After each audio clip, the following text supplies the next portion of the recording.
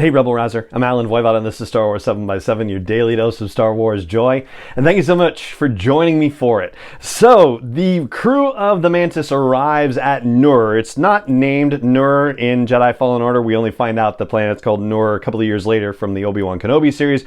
But that is where the Fortress Inquisitorious is, which is where Cere is certain that the second sister has retreated with that Jedi holocron. So they approach Nur, they come out of hyperspace, and Grease says, yeah, our normal tricks are not going to work for, I guess, broadcasting Imperial signal, like it's too well defended somehow. So Marin finally, gets to do something, right? She didn't do anything on Bogano, and she could have been helpful, I think. But anyway, they found something for her to do, which is awesome. She's like, I can, do a ritual and hide the ship from being seen. And Grease is kind of nervous about this and what's that going to require? And she's like, sacrifice, maybe one of your arms will do. And she's just joking, but it's also actually kind of crazy that that's what she says because, later on in storytelling, in particular, I think it's in the Battle Scars novel by Sam Maggs that serves as a prequel to Jedi Survivor, he loses one of his arms, Grease does. So yeah, that was a really weird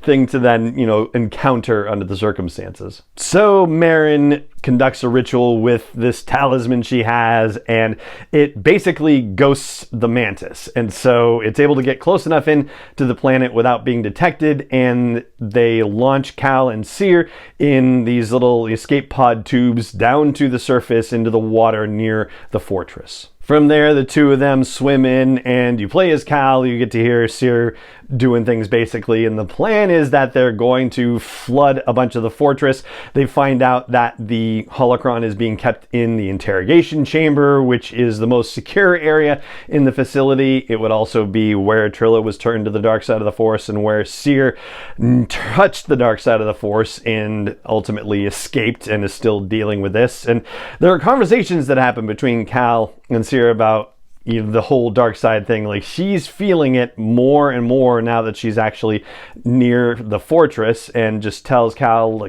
don't worry about me.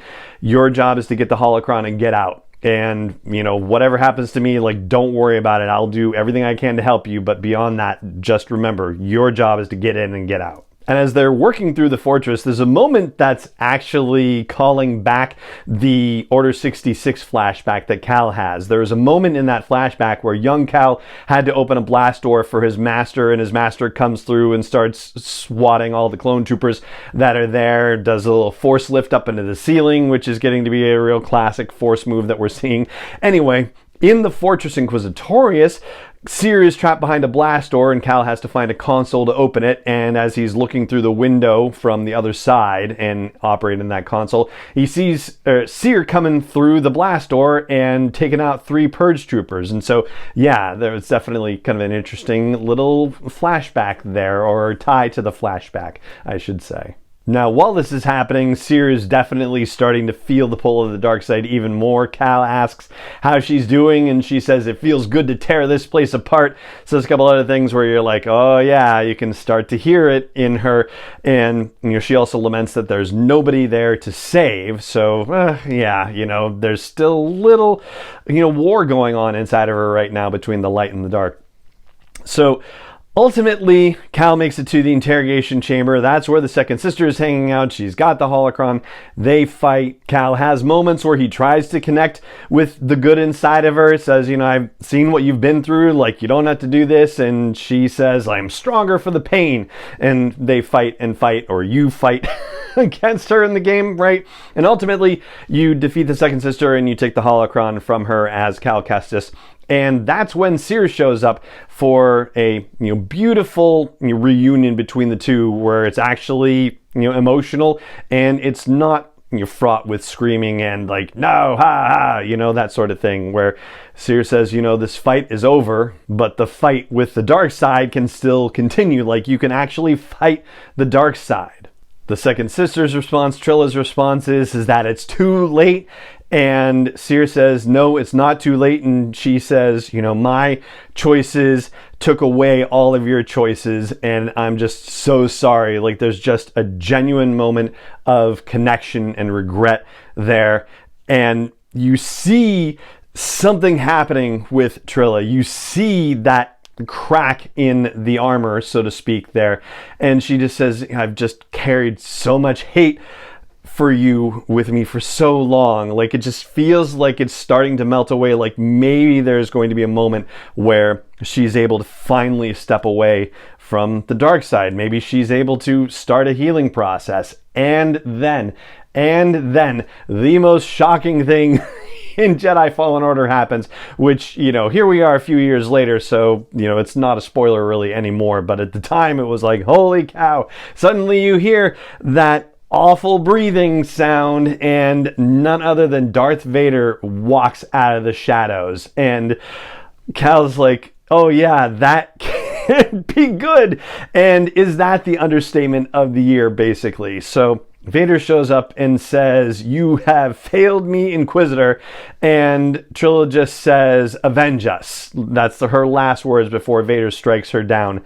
And now Cal and Cere are in really big trouble. And I'm going to talk about that part of the game in the next episode, which is going to be our last episode breaking down the story mode of Jedi Order in order, so to speak. I think there are going to be a couple more things that we're going to want to talk about once we're done with the story breakdown. But for now, that's going to do it for this episode of the podcast. If you've been enjoying these breakdowns and you enjoy the work that I do on the podcast on a daily, weekly, monthly, yearly basis, and you are not yet a subscriber or a follower, depending on what app you're using for enjoying the show, I hope you will consider doing that. And I hope you'll also consider sharing this episode or the podcast itself with anyone you know who likes Star Wars. If you would even consider leaving a rating or review on your app of choice, that would be a wonderful gift as well. And so it just remains for me to say thank you so much for joining me for this episode of the show, as always. And may the Force be with you, wherever in the world you may be.